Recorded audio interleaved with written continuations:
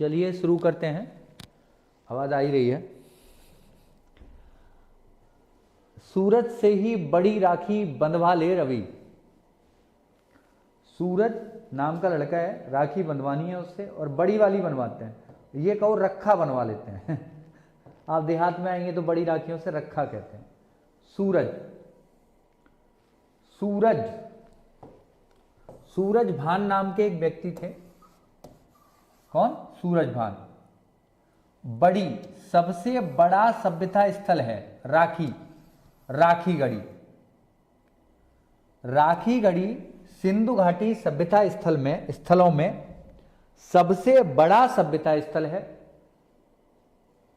वह कहां स्थित है? हरियाणा में। डिस्कवर किसने किया?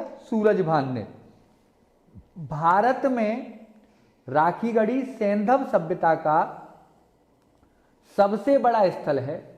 इसकी खोज सूरज भान ने की थी। अरे रवि भाई बनवा लो, रवि आप मुझसे ही कह सकते हैं रवि सर बनवा लो। तो जो बनावली है उसके यहां वहां पे खुदाई करने का काम रविंद्र सिंह बिष्ट का है। अब ये बनावली भी हरियाणा में है। देखो लोकेशन का प्रश्न आया तो ये राखीगढ़ी, राखी बनवा लो, दोनों ही हरियाणा में है। अगर डिस्कवर या खुदाई के कार्य का प्रश्न आया तो राखीगढ़ी सूरजभान और बनावली रविंद्र सिंह बिष्ट। अगर ये प्रश्न आया कि भारत में सबसे सिंधु घाटी सभ्यता का सबसे बड़ा सभ्यता स्थल कौन है, और अगर मेंस में भी आ जाए तो इतने फैक्ट आप लिख पाएंगे। नक्शा आपने बनाया भाई, यहां से यहां तक मिलते हैं, ये इंडिया का पोर्शन है, ये हरियाणा में आपको राखीगढ़ी मिलेगी, बनावली यहां मिलेगा। इसको रविंद्र सिंह बिष्ट लिख दिया सपोज कीजिए बनावली वाला, और ये सूरजभान लिख दिया। ऑफ कोर्स आपको नंबर ज्यादा मिलेंगे, एक्यूरेट फैक्ट हो रहे हैं आपके। आगे चलते हैं। लोथल में रंग बरसा, रंग बरसे भीगे चुंदर वाली रंग बरसे, गाना सुना है आपने? लोथल में रंग बरसा। लोथल, लोथल सभ्यता स्थल है। रंगपुर सभ्यता स्थल है। इन दोनों की डिस्कवरी रंगनाथ राव ने की है।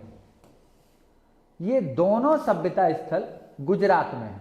मैंने आपसे कहा लोथल में रंग बरसा, लोथल गुजरात में बंदरगाह का काम करता था,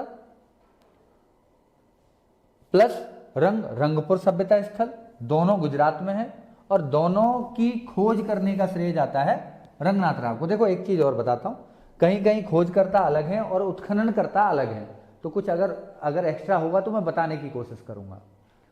अच्छा ये अलग है पूरा, इसको एक ही बार में समझने की कोशिश करेंगे। फजल ने कोट पहनकर रोपड़ में आलम के लिए यज्ञ किया। बस एक चीज यहां याद रखो, पहले ये लाइन बोल देता हूं। फजल अहमद ने कोटद्वार की खोज की थी। रोपड़ और आलमगीर सभ्यतापुर स्थलों की खोज यज्ञदत्त शर्मा ने की थी। मैंने अगले जो नोट्स बनाए हैं, अपडेट जो किए हैं, उनमें साफ लिखा है फजल ने कोट पहना। बस इतना याद रखो आप। ये वाला चैप्टर बिल्कुल अलग कर लो। फजल नाम का व्यक्ति है, कोट पहना, कोट, फजल को कोट पहना दो तो फजल अहमद कोटद्वार, यज्ञ में आलम रो पड़ा, ऐसे याद करते हैं।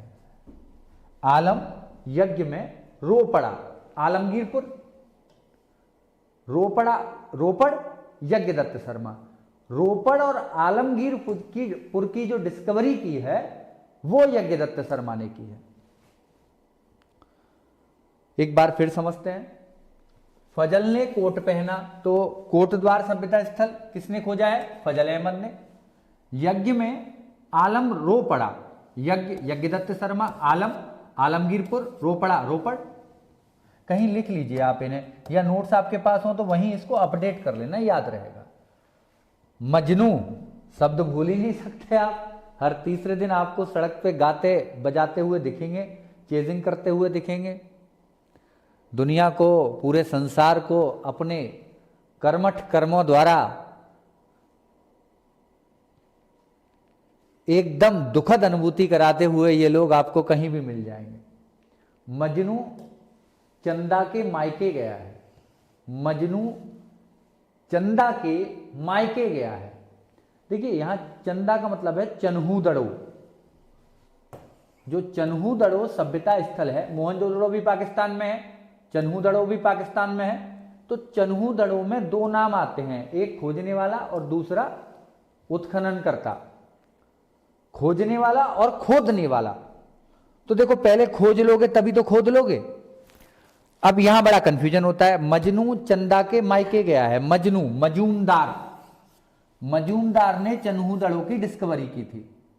मायके मैके, मैके यहां का पहले खोज लिया फिर उत्खनन कर लिया। अगला जो टॉपिक है पेज नंबर 5 है, अगली वीडियो में देखेंगे हमें। और ये ना सिंधु घाटी से बहुत मजेदार चीजें होने वाली हैं, यहाँ के फैक्ट आप भूलेंगे नहीं। योगी जी धीरे धीरे, तो ये मैं आपको आगे करा दूंगा। Have a nice day, bye.